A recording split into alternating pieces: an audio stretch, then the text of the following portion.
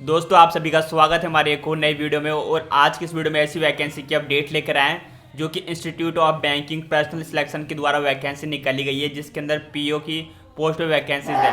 और आज के इस वीडियो में हम जानेंगे कि आप किस तरीके से इस वैकेंसी का फॉर्म फिलअप कर सकते हैं, और सबसे मेन बात है कि इसमें कौन कौन अप्लाई कर सकता है, क्या एलिजिबिलिटी क्राइटेरिया है और क्या एज लिमिट रहने वाली है, इन सभी के बारे में कंप्लीट डिस्कस करने वाले हैं। तो चलिए इस वीडियो को स्टार्ट करते हैं। इस वैकेंसी में अप्लाई करने से पहले आपको इस वैकेंसी की कंप्लीट जानकारी होनी चाहिए और आपको भी इसका कंप्लीट नोटिफिकेशन पढ़ने के बाद अब अगर आप इसके अंदर एलिजिबल होते हैं तो आप इसके अंदर आवेदन करना चाहिए।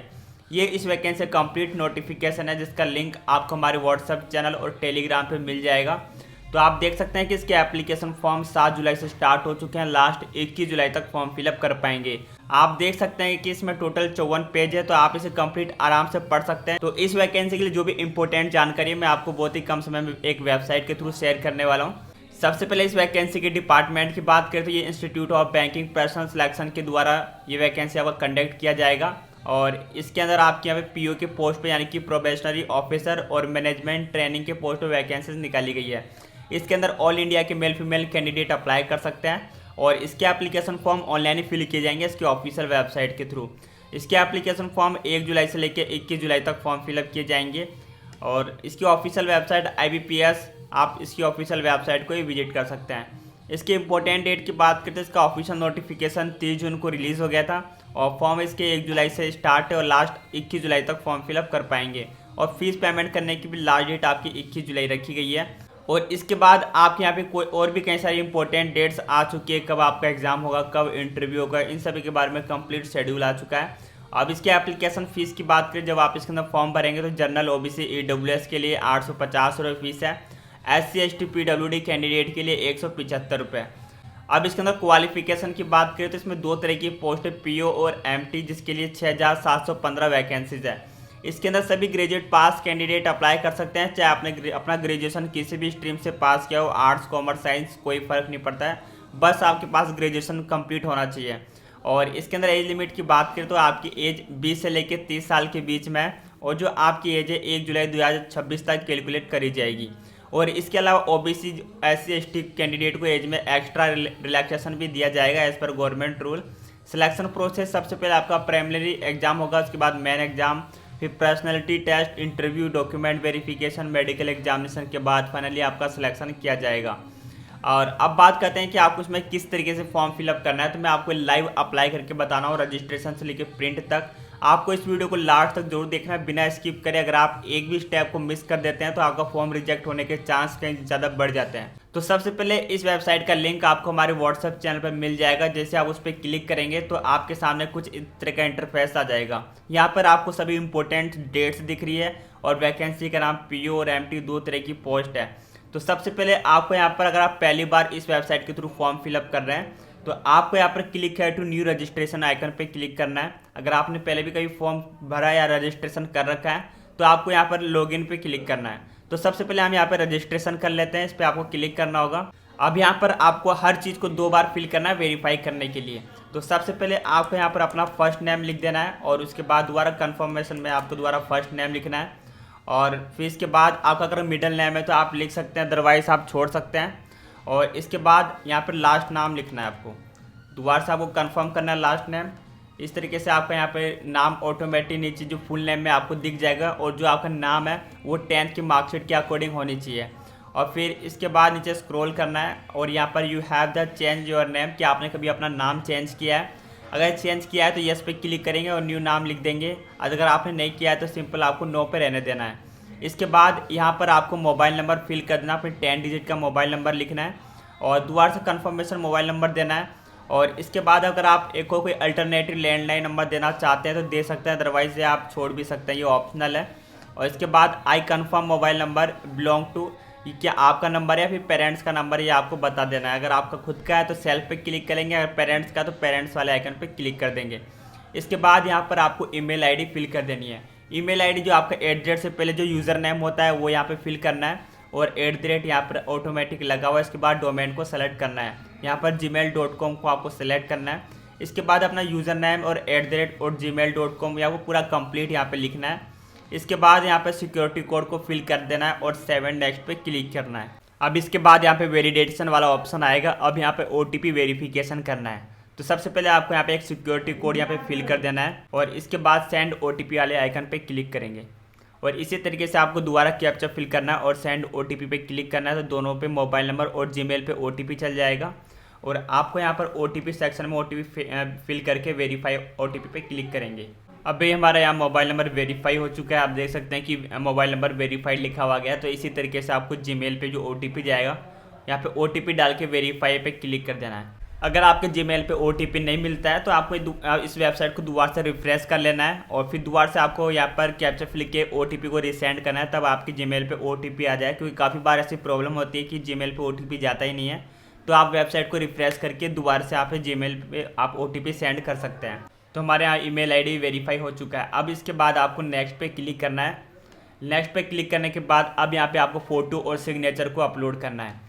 अब नीचे स्क्रॉल करेंगे तो यहाँ पर सबसे पहले यहाँ पे स्कैन फोटोग्राफी और कैंडिडेट, और आपको यहाँ पर फोटोग्राफी के साथ अपनी एक लाइव फ़ोटो भी कैप्चर करनी है। और इसके बाद आपको यहाँ पे सिग्नेचर का भी ऑप्शन आ जाएगा। नीचे स्क्रॉल करने के बाद यहाँ पे स्कैन सिग्नेचर कैंडिडेट, इसके लिए यहाँ पे गाइडलाइंस भी दी गई है। जो यहाँ पे आपकी सिग्नेचर की साइज़ है, आप यहाँ पे देख सकते हैं फोटोग्राफी की साइज़ यहाँ पर 20 से लेके 50 KB के बीच में आपकी पासपोर्ट साइज़ फ़ोटो की यहाँ पे साइज़ होनी चाहिए। और इसके बाद सिग्नेचर के लिए भी कुछ इंस्ट्रक्शन दिया गया है। तो सिग्नेचर आपका यहाँ पर 10 KB से लेके 20 KB के बीच में होना चाहिए। तो चलिए अब यहाँ से अपलोड करते हैं हम। और थंब इम्प्रेशन भी आपका यहाँ पर 20 से लेके 50 KB के बीच में इसकी साइज़ होनी चाहिए। तो यहाँ पासपोर्ट साइज़ फ़ोटो और लाइव फ़ोटो दोनों यहाँ पे अपलोड हो चुकी है। और यहाँ पे एक आपको डिक्लेरेशन चेक बॉक्स पे क्लिक भी करना है कि आपकी फ़ोटो जो है वो 6 मंथ से ज़्यादा पुरानी नहीं होनी चाहिए। इसके बाद नीचे स्क्रॉल करेंगे और यहाँ पर भी my photography has been capture by the filling application, इसके पास भी आपको यहाँ पर चेक बॉक्स पे क्लिक कर देना है। अब इसके बाद सिग्नेचर को अपलोड करना है जिसकी साइज़ आपकी 10 से 20 KB के बीच में रखी गई है। दोस्तों हमने अपना सिग्नेचर, फ़ोटो और यहाँ पर पासपोर्ट साइज़ फ़ोटो भी अपलोड कर दिया है। हमारे यहाँ पर कोई एरर नहीं है। अगर आपको एरर आता है तो उसे फिक्स करना है, क्योंकि इसमें आपको कोई गलत फ़ोटो इमेज अपलोड नहीं करनी है। और जब से आपको यहाँ पे पूरा एरर हट जाएगा तो आपको यहाँ पर नेक्स्ट पे क्लिक करना है। अब इसके बाद आपके सामने नेक्स्ट ऑप्शन आ जाएगा। यहाँ पे डिटेल्स वाले ऑप्शन में आप आ जाएंगे, जिसके अंदर बेसिक डिटेल्स और एजुकेशन क्वालिफिकेशन और प्रीफ्रेंस को सेलेक्ट करना है।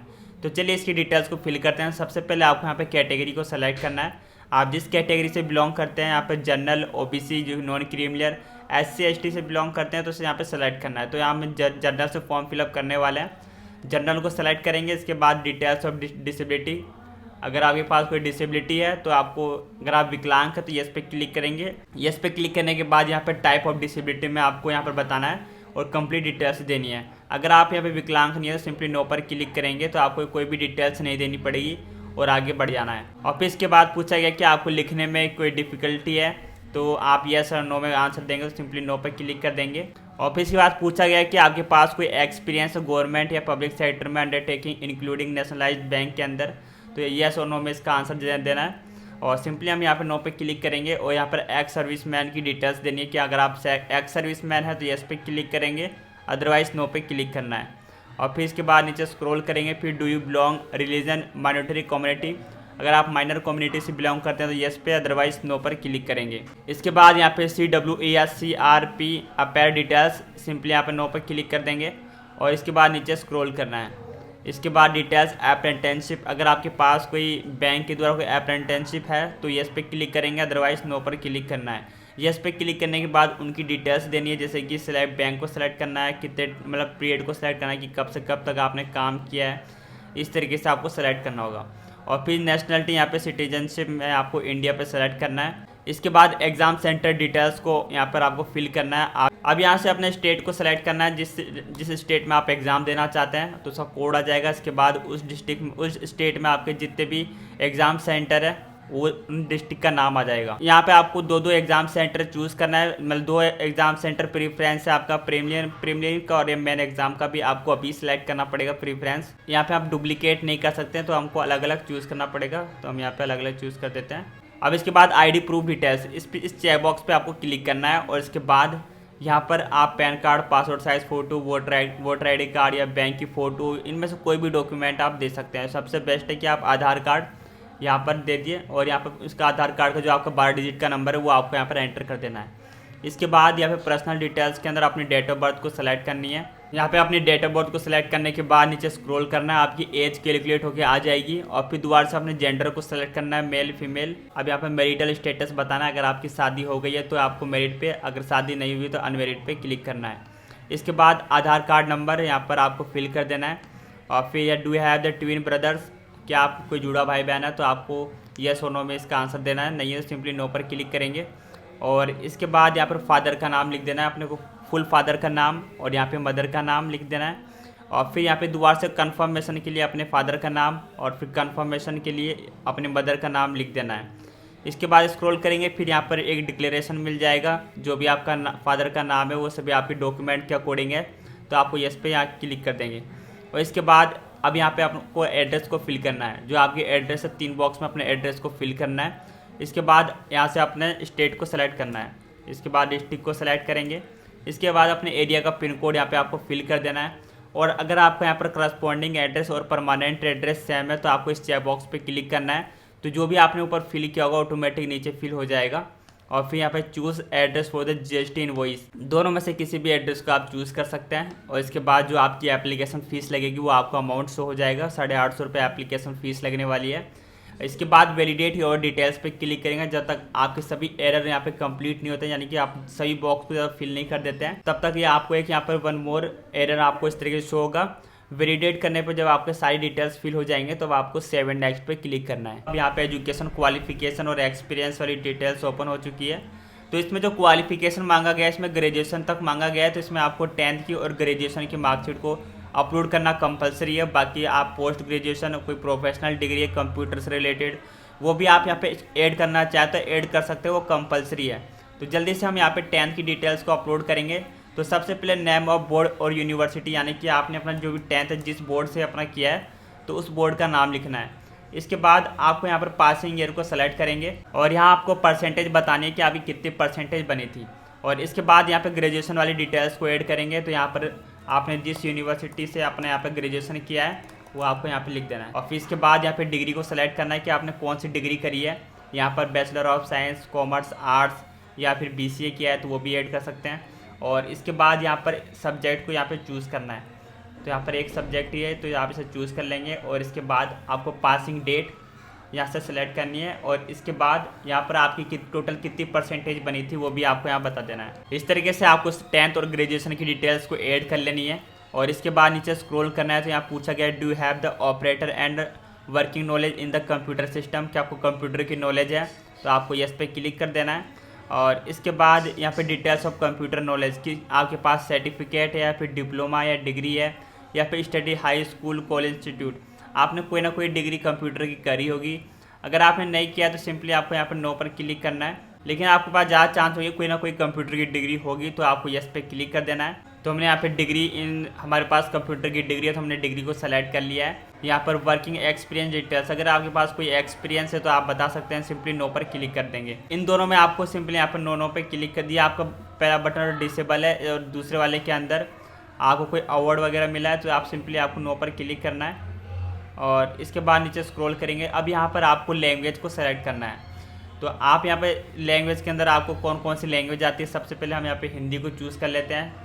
और फिर इसके बाद आपको यहाँ पे तीनों चेक बॉक्स पे क्लिक कर देना है कि आपको रीड करना और लिखना और बोलना आता है। इसके बाद इंग्लिश को सेलेक्ट करके आपको तीनों को यहाँ पर ऑन कर देना है। और अगर आप तीसरी कोई अदर लैंग्वेज भी आपको आती है तो वो भी आप सेलेक्ट कर सकते हैं या फिर आप इसे ऑप्शनल है, आप छोड़ भी सकते हैं। इसके बाद वैलिडेट योर डिटेल्स पे क्लिक करेंगे तो हमें इस तरीके से आपको भी एरर देखने को मिलेगा। तो अब आपको चेकआउट करना है कि वो एरर कहाँ पे देखने को मिल रहा है। तो इसमें लिखा है please select details computer knowledge, तो आपको यहाँ पर कंप्यूटर ऑपरेटर को हम यहाँ पे सेलेक्ट कर लेते हैं। और इसके अलावा हमें कोई एरर नहीं है, आपको नीचे स्क्रॉल करना है, दोबारा वैलिडेट योर डिटेल्स पे क्लिक करेंगे तो हमारे यहाँ पर वेरीफाइड सक्सेसफुली का ऑप्शन आ चुका है। और दोस्तों अगर आप चाहे तो इसके अंदर आप नो भी सिलेक्ट कर सकते हैं, आपके लिए कंपलसरी नहीं है। और इसके बाद हम यहाँ पे नेक्स्ट पे क्लिक करेंगे, 7 नेक्स्ट पे क्लिक करना है तो अब नेक्स्ट ऑप्शन पे आ जाएंगे। अब यहाँ पर आपको प्रीफ्रेंस सेलेक्ट करना है कि आप किस बैंक में अपना जॉब करना चाहते हैं। तो हम एक एक करके सभी बैंक को सेलेक्ट कर लेते हैं। आप जिसे प्रीफरेंस देना चाहे वर्क लोड के अकॉर्डिंग, या फिर आपको कोई फेवरेट बैंक हो तो उसके अकॉर्डिंग आप चूज़ कर सकते हैं। इस तरीके से हमने इन सभी को सेलेक्ट कर लिया। इसके बाद नीचे स्क्रॉल करना है और दोबारा वैलिडेट योर डिटेल्स पे क्लिक करेंगे तो वेरीफाई सक्सेसफुली का ऑप्शन आएगा, वो आपको सेव एंड नेक्स्ट पे क्लिक करना है। अब यहाँ पर आपको अपनी डिटेल का प्रीव्यू दिख जाएगा। नीचे स्क्रॉल करना है, आपकी सारी डिटेल को एक एक करके चेक कर लेना है। अगर आपके यहाँ पर आपको टर्म्स एंड कंडीशन मिलेगा, इन सभी को ऑन कर देना है। अब इसके बाद अगर आपको लगता है कि आपकी डिटेल में कोई गलती है तो आपको बैक पे क्लिक करके उन सभी डिटेल्स को दोबारा से आप चेंजेस भी कर सकते हैं। अगर आपकी सारी डिटेल्स सही है तो आपको यहाँ पर कंप्लीट रजिस्ट्रेशन पे क्लिक करना है और इसके बाद ओके पे क्लिक करेंगे। अब आपको दोबारा से फाइनल कंफर्मेशन पूछा गया है, आपको ओके पे क्लिक करना है।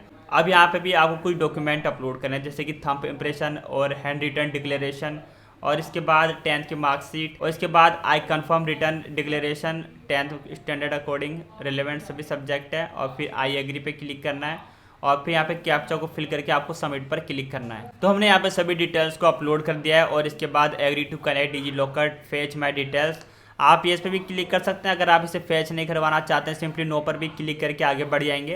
यहाँ पर कैप्चा हमने फिल कर दिया, अब सेव एंड नेक्स्ट पे क्लिक करना है। आपको दोबारा कंफर्मेशन के लिए ओके पे क्लिक करेंगे तो यहाँ पर अब आपका पेमेंट गेटवे ओपन हो जाएगा। यहाँ पे आपको अमाउंट अपना शो होगा कि कितना पेमेंट करना है। इसके बाद यहाँ पे आपको कैप्चा फिल कर देना और सबमिट पे क्लिक करेंगे। सबसे पहले आपको गेटवे भी यहाँ पे सेलेक्ट करना है, उसके बाद सबमिट पे क्लिक करना है और फिर do you want to proceed for payment, तो ओके पे क्लिक करेंगे। अब यहाँ पे आपके सामने पेमेंट वाला पेज रिडायरेक्ट हो जाएगा। अब यहाँ से आप debit card, credit card, net banking, UPI के थ्रू पेमेंट कर सकते हैं। सबसे इजी प्रोसेस है यूपीआई के थ्रू पेमेंट करना। अब यहाँ पर आपको क्यूआर कोड मिल जाएगा, इस तरीके से आप इसे स्कैन करके पेमेंट कर सकते हैं। आप किसी भी यूपीआई को ओपन करेंगे, स्कैन करके पेमेंट डायरेक्टली कर सकते हैं और आपका विद इन सेकेंड में पेमेंट वेरीफाई हो जाएगा और आपके सामने आपको जो रिसिप्ट है वो डाउनलोड करने का भी ऑप्शन हो जाएगा और आपका फॉर्म जो है ऑटोमेटिक सबमिट होने के बाद और एप्लीकेशन फॉर्म डाउनलोड करने का ऑप्शन आ जाएगा। तो आप उसे डाउनलोड करके फ्यूचर रेफरेंस के लिए आप इसको सेव करके जरूर रखना है। तो दोस्तों आप भी इन तरीके से इसी सिंपल से स्टेप्स को फॉलो करके आसानी से अपना फॉर्म फिलअप कर सकते हैं। अगर आपको इस वीडियो में फॉर्म भरते समय कहीं भी प्रॉब्लम आती है फोटो अपलोड करते समय या किसी और चीज़ में, तो आप मुझे कमेंट में बता सकते हैं ताकि मैं उस पर दोबारा से सेपरेट वीडियो आपको लेके आपको समझा पाऊंगा। तो दोस्तों अगर आप हमारे चैनल पर पहली बार आए तो हमारे चैनल को सब्सक्राइब करके बेल आइकन जरूर प्रेस कीजिए। जल्दी मिलेंगे किसी नेक्स्ट वीडियो में, तब तक के लिए बाय, जय हिंद।